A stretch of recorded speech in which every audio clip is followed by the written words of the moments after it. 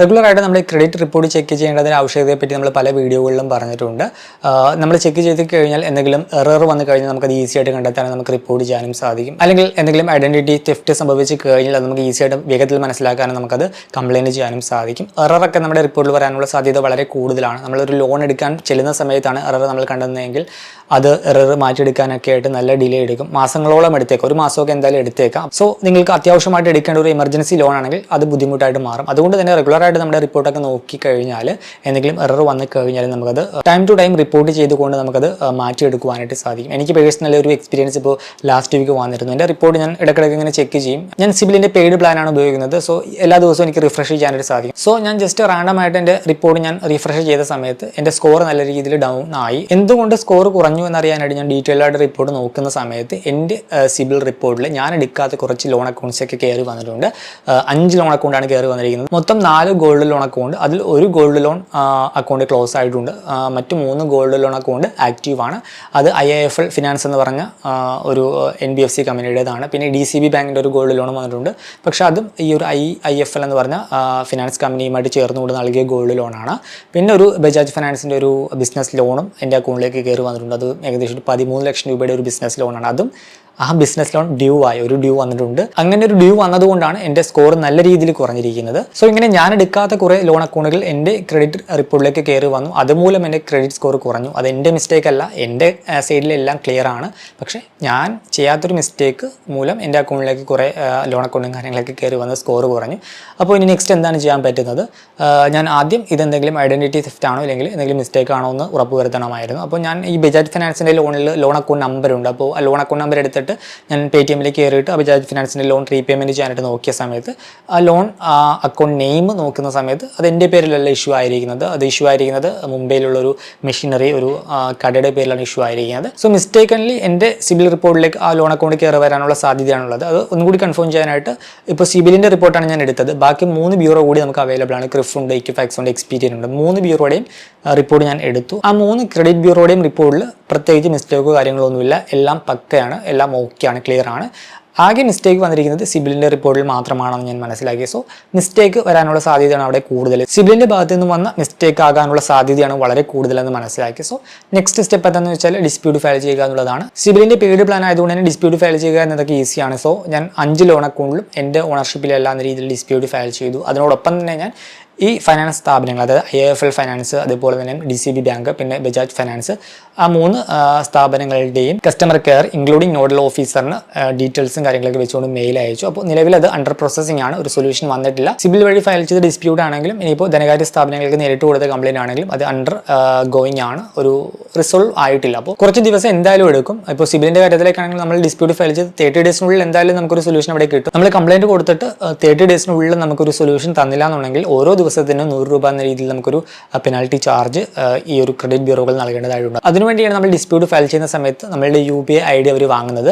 30 days കഴിഞ്ഞാൽ നമുക്ക് penalty amount നമുക്ക് നൽകാനായിട്ടാണ് UPI ID വാങ്ങുന്നത്. അതുകൊണ്ട് തന്നെ മാക്സിമം അവർ സൊല്യൂഷൻ കണ്ടെത്താനായിട്ട് നോക്കും. 30 ഡേയ്സിനുള്ളിൽ എന്തായാലും നമുക്കൊരു സൊല്യൂഷൻ കിട്ടും. എന്തായാലും അതുമായി ബന്ധപ്പെട്ട ഒരു അപ്ഡേറ്റ് വന്നതിന് ശേഷം ഡീറ്റെയിൽ വീഡിയോ ചെയ്യാം. ഞാനിപ്പോൾ ജസ്റ്റ് നമ്മുടെ ക്രെഡിറ്റ് റിപ്പോർട്ട് റെഗുലറായിട്ട് ചെക്ക് ചെയ്യേണ്ടതിൻ്റെ ആവശ്യകതയെപ്പറ്റി പറഞ്ഞു എന്നേ ഉള്ളൂ. സോ നമ്മുടെ റിപ്പോർട്ട് റെഗുലറായിട്ട് ചെക്ക് ചെയ്യുക. ജസ്റ്റ് ക്രെഡിറ്റ് സ്കോർ മാത്രം നോക്കിയാൽ പോരാ, നമ്മുടെ റിപ്പോർട്ട് എടുത്തിട്ട് റിപ്പോർട്ടിൽ എന്തെങ്കിലും മിസ്റ്റേക്ക് ഉണ്ടോ ഇല്ലയോ എന്ന് കൂടി നോക്കണം. നിങ്ങൾ എടുക്കാത്ത ലോൺ അക്കൗണ്ടൊക്കെ ഈ പറഞ്ഞ രീതിയിൽ കയറി വന്നേക്കും. അപ്പോൾ നമ്മൾ റിപ്പോർട്ട് ചെയ്തത് റിമൂവ് ചെയ്തെടുക്കണം.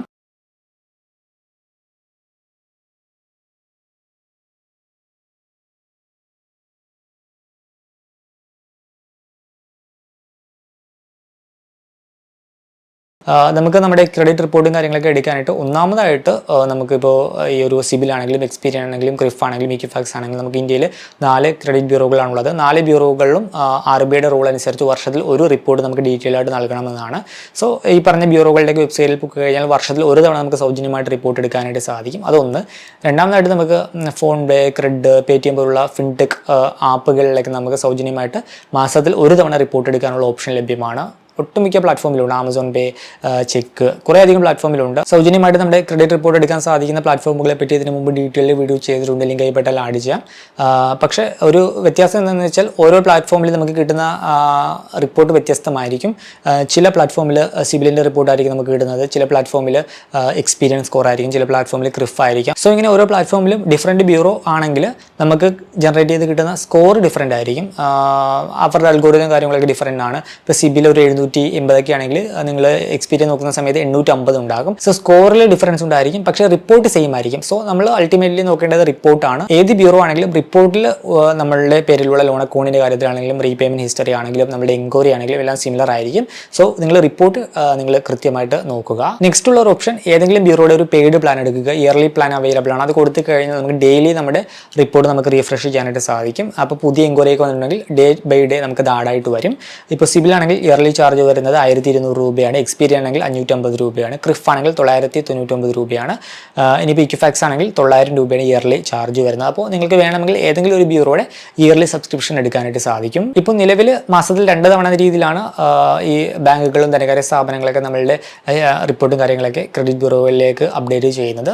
പുതിയ റൂൾ അനുസരിച്ച് 2026 ജൂലൈ 1 മുതൽ വീക്കിലി വൺസ് എന്ന രീതിയിൽ ധനകാര്യ സ്ഥാപനങ്ങൾ ക്രെഡിറ്റ് ബ്യൂറോകളെ നമ്മളുടെ ക്രെഡിറ്റ് ഇൻഫർമേഷനും കാര്യങ്ങളൊക്കെ അപ്ഡേറ്റ് ചെയ്യണമെന്നാണ്. മുൻപ് ഞാൻ ഷെയർ ചെയ്ത സൗജന്യമായിട്ട് നമ്മുടെ ക്രെഡിറ്റ് സ്കോറും അതുപോലെ തന്നെ റിപ്പോർട്ടും എടുക്കാനുള്ള ഓപ്ഷൻസ് കൂടാതെ ഇപ്പോൾ നിലവിൽ നമുക്ക് ഫെഡറൽ ബാങ്കിൻ്റെ വെബ്സൈറ്റ് വഴി നമുക്ക് സൗജന്യമായിട്ട് നമ്മുടെ ക്രെഡിറ്റ് റിപ്പോർട്ടൊക്കെ എടുക്കാനായിട്ട് സാധിക്കും. അത് ഡീറ്റെയിൽഡ് റിപ്പോർട്ട് നമുക്ക് കിട്ടുന്നുണ്ട്. ഫെഡറൽ ബാങ്കിൽ നമുക്ക് ഇക്വിഫാക്സിൻ്റെ റിപ്പോർട്ടും സ്കോറുമാണ് കിട്ടുന്നത്. ഇക്വിഫാക്സുമായിട്ട് ടൈപ്പായിട്ടാണ് ഫെഡറൽ ബാങ്ക് നമുക്ക് ക്രെഡിറ്റ് സ്കോറും റിപ്പോർട്ടും കാര്യങ്ങളൊക്കെ പ്രൊവൈഡ് ചെയ്യുന്നത്. സോ ഫെഡറൽ ബാങ്കിൻ്റെ വെബ്സൈറ്റ് വഴി എങ്ങനെ നമുക്ക് സൗജന്യമായിട്ട് നമ്മുടെ ക്രെഡിറ്റ് റിപ്പോർട്ട് എടുക്കാമെന്ന് ഡീറ്റെയിൽ ആയിട്ട് നോക്കാം.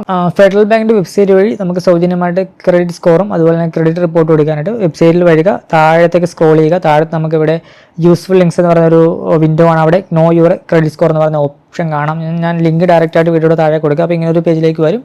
നമുക്ക് ആദ്യം പറഞ്ഞ രീതിയിൽ ഇക്വിഫാക്സിൻ്റെ ക്രെഡിറ്റ് റിപ്പോർട്ടും സ്കോറുമാണ് നമുക്ക് കിട്ടുന്നത്. പ്രത്യേകിച്ച് കോസ്റ്റ് ഒന്നുമില്ല, സൗജന്യമാണ്. നോർമലി നമുക്ക് RBIയുടെ റൂൾ അനുസരിച്ച് ക്രെഡിറ്റ് ബ്യൂറോകൾ ഇയർലി ഒരു റിപ്പോർട്ടാണ് സൗജന്യമായിട്ട് കിട്ടുന്നത്. ഇവിടെ നമുക്ക് ഈ ഒരു ഫെഡറൽ ബാങ്കിൻ്റെ വെബ്സൈറ്റ് വഴി നമുക്ക് ഇയർലി ആണോ മാസത്തിലാണോ അതിൻ്റെ അതൊരു ക്ലാരിഫിക്കേഷൻ ഇല്ല. എന്തായാലും ഡെയിലി റിപ്പോർട്ടല്ല, ഒന്നെങ്കിൽ മന്ത്ലി ആയിരിക്കും അല്ലെങ്കിൽ ഇയർലി ആയിരിക്കും.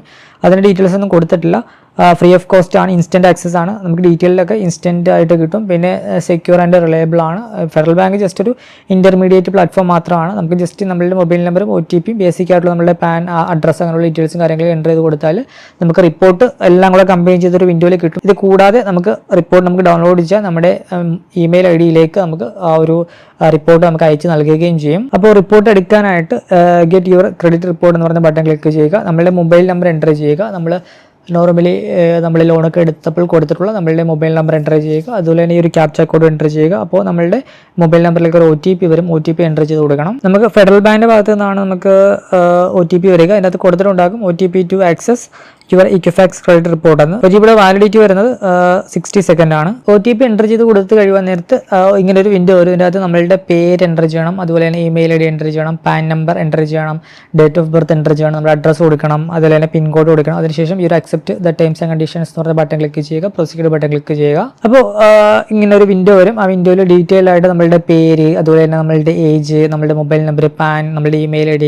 അതുപോലെ തന്നെ റിപ്പോർട്ട് ജനറേറ്റ് ചെയ്ത ഡേറ്റ്, അഡ്രസ്സ് അങ്ങനെയുള്ള കാര്യങ്ങളൊക്കെ ഉണ്ടാകും. സ്കോർ അവിടെ കൊടുത്തിട്ടുണ്ടാകും. 900 സ്കോർ വരുന്നത്.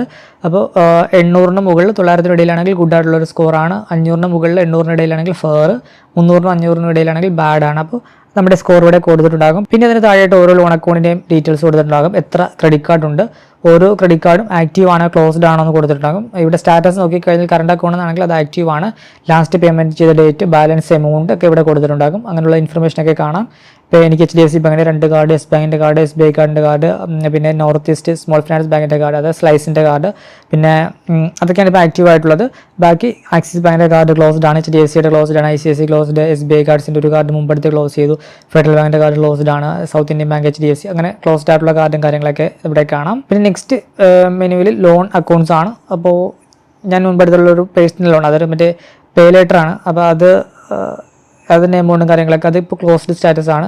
പിന്നെ HDFC ബാങ്കിൻ്റെ ഒരു ഡെബിറ്റ് കാർഡ് EMI ലോൺ പണ്ടെടുത്തിരുന്നു 2019. അപ്പോൾ അത് ക്ലോസ്ഡ് സ്റ്റാറ്റസ് ആണ്.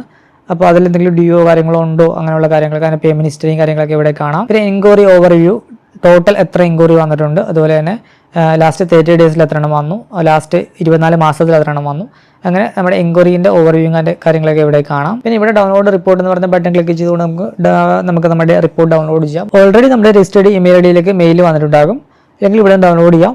അതിനൊരു പാസ്വേഡ് ഉണ്ടാകും. പാസ്വേഡ് വരുന്നത് നമ്മുടെ പേരിൻ്റെ ആദ്യത്തെ 4 ക്യാരക്ടേഴ്സ് ക്യാപിറ്റൽ ലെറ്റർ ആണ്. പിന്നെ നമ്മുടെ ബർത്ത് ഡേറ്റ്, ബർത്ത് മന്ത്, അതിൻ്റെ ഒരു കോമ്പിനേഷൻ ആണ് വരുന്നത്. അപ്പോൾ അത് എൻ്റർ കൊടുത്തു കഴിഞ്ഞാൽ നമുക്ക് ആ റിപ്പോർട്ട് ഓപ്പൺ ആയിട്ട് വരും. ഡീറ്റെയിൽ റിപ്പോർട്ടിൽ കാണുന്ന പോലെ ആയിരിക്കും പേര്, നമ്മുടെ സ്കോർ, അതുപോലെ തന്നെ നമ്മുടെ പേഴ്സണൽ ഡീറ്റെയിൽസും കാര്യങ്ങളൊക്കെ അവിടെ കൊടുത്തിട്ടുണ്ട്. പിന്നെ ഇൻഫർമേഷനും കാര്യങ്ങളൊക്കെ നമ്മളിപ്പോൾ ആ ഒരു വിൻഡോയിൽ കണ്ടില്ല, സെയിം ആയിരിക്കും. നമ്മളുടെ ലോൺ ഇൻഫർമേഷൻ അത് ക്ലോസ്ഡ് ആണോ, അതുപോലെ ആക്റ്റീവ് ആണോ, പേയ്മെന്റ് ഹിസ്റ്ററി, അങ്ങനെയുള്ള എല്ലാ കാര്യങ്ങളുമാണ് ഈ റിപ്പോർട്ടിൽ ഡീറ്റെയിൽ ആയിട്ടുള്ളത്. ഈ ഒരു വീഡിയോ ഇഷ്ടമായെന്ന് കരുതുന്നു. നിങ്ങൾക്ക് ഇങ്ങനെ എന്തെങ്കിലും അനുഭവം ഉണ്ടായിട്ടുണ്ടോ? നിങ്ങൾ എടുക്കാത്ത ലോണും കാര്യങ്ങളൊക്കെ നിങ്ങളുടെ ക്രെഡിറ്റ് റിപ്പോർട്ടിലേക്ക് കയറി വന്നിട്ടുണ്ടെങ്കിൽ അത് സോൾവ് ആയി കിട്ടിയോ ഇല്ലയോ എന്ന് ജസ്റ്റ് ഒന്ന് നിങ്ങളുടെ എക്സ്പീരിയൻസ് കമൻറ്റ് ചെയ്യുക. അപ്പോൾ മറ്റൊരു വീഡിയോയിൽ മറ്റൊരു ടോപ്പിക്കുമായി കണ്ടുമുട്ടാമെന്ന പ്രതീക്ഷയോട് കൂടി